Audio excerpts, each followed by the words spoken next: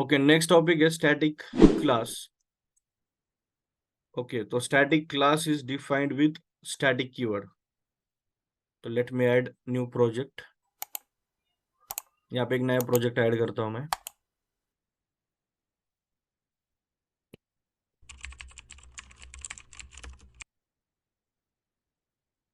And let's add new class. तो static class is defined with static keyword.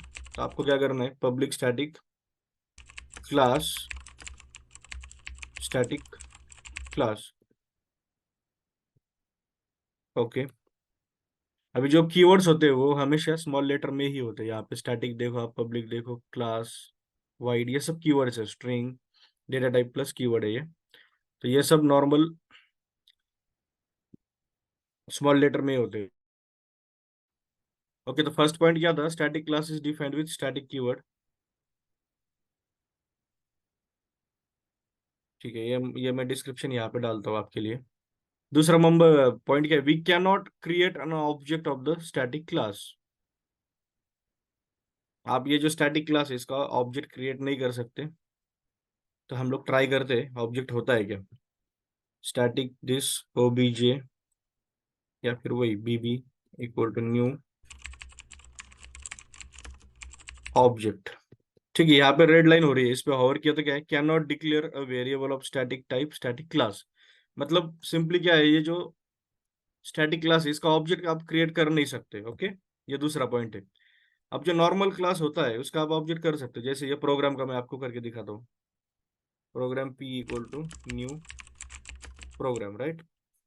तो ये object हो पा रहा है बिकॉज ये नॉन स्टैटिक क्लास है।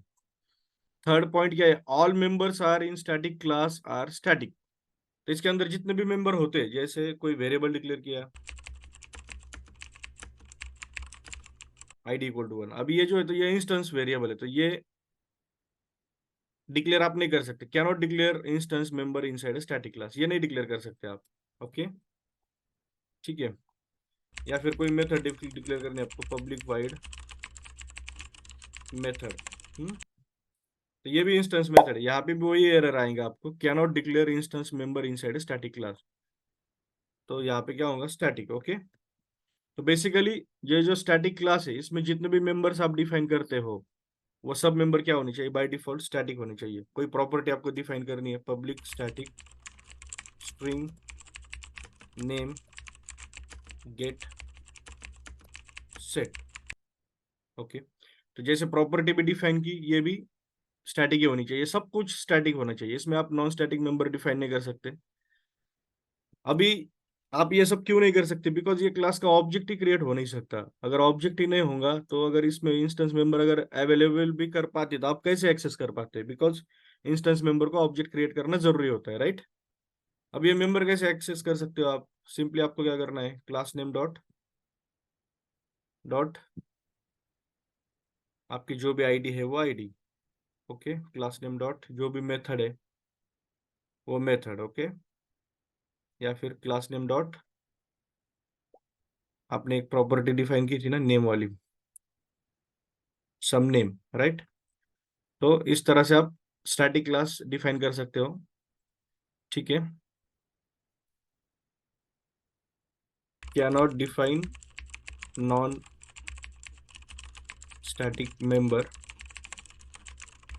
Inside a static class. Okay, तो स्टैटिक क्लास में इतना ही है। स्टैटिक आपको क्लास स्टैटिक डिफाइन करना है, उसके अंदर सब मेंबर भी स्टैटिक डिफाइन करने हैं और आप वो क्लास नेम से एक्सेस कर सकते हो वो सब मेंबर। ये कंप्लीट कोड है स्टैटिक क्लासेस का। ओके, तो इसमें इतना ही था।